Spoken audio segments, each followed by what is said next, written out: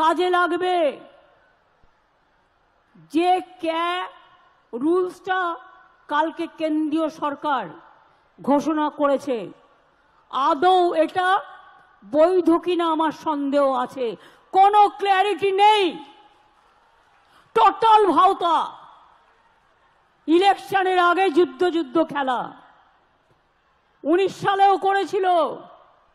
2019 সালে এনআরসির নামে আসামে 19 লক্ষ লোকের মধ্যে 13 লক্ষ বাঙালি হিন্দুকে বাদ দেওয়া হয়েছিল। অনেক মানুষ দুঃখে আত্মহত্যা করেছিল। আজকে যে বিজেপির নেতারা বলছেন ক্যা করে দিলাম, অধিকার দিয়ে দিলাম, এবার আমি আপনাদের কাছে কয়েকটা কোয়েশ্চেন করছি। তার মানে এখন যাদের দরখাস্ত করতে বলা হচ্ছে, তার মানে তারা যেই দরখাস্ত করবেন সঙ্গে সঙ্গে তারা নাগরিক থাকা সত্ত্বেও আপনারা বেআইনি অনুপ্রবেশকারী হয়ে যাবেন। তাহলে আপনাদের সম্পত্তি কি হবে, আপনাদের চাকরি বাকরি কি হবে, আপনাদের ছেলে মেয়েদের পড়াশুনো কি হবে, সবটাই বেআইনি ডিক্লেয়ার হয়ে যাবে। আপনাদের কোনো অধিকার থাকবে না। এটা অধিকার কারার খেলা। যখন আমরা লুডো খেলি দেখেন তো, আমরা ছক্কা মারলে গুটি খোলে। এটা হচ্ছে বিজেপির লুডো খেলার ছক্কা।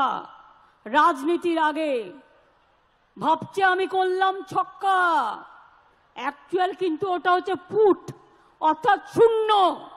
নিট রেজাল্ট হচ্ছে 0। শুধু তাই নয়, আপনারা যেই দরখাস্ত করবেন আপনাদের সব নাগরিকত্ব ক্যান্সেল করে দিয়ে, সব অধিকার ক্যান্সেল করে দিয়ে, এটা এনআরসির সাথে কানেক্টেড মনে রাখবেন, আপনাদের ডিটেনশন ক্যাম্পে নিয়ে চলে যাওয়া হবে। এই দরখাস্ত করবার আগে বারবার ভাববেন, একবার নয় 1000 বার, আমরা মানছি না, আমরা মানব না। একটা মানুষ যদি অধিকার পায় আমি খুশি হব, কিন্তু একটা মানুষ যদি বঞ্চিত হয় তার সামনে দাঁড়িয়ে আমি তাকে শেল্টার দেব। বাংলা থেকে বিতাড়িত কাউকে আমি করতে দেব না। শুনে রাখুন, আজকে মণিপুরে কত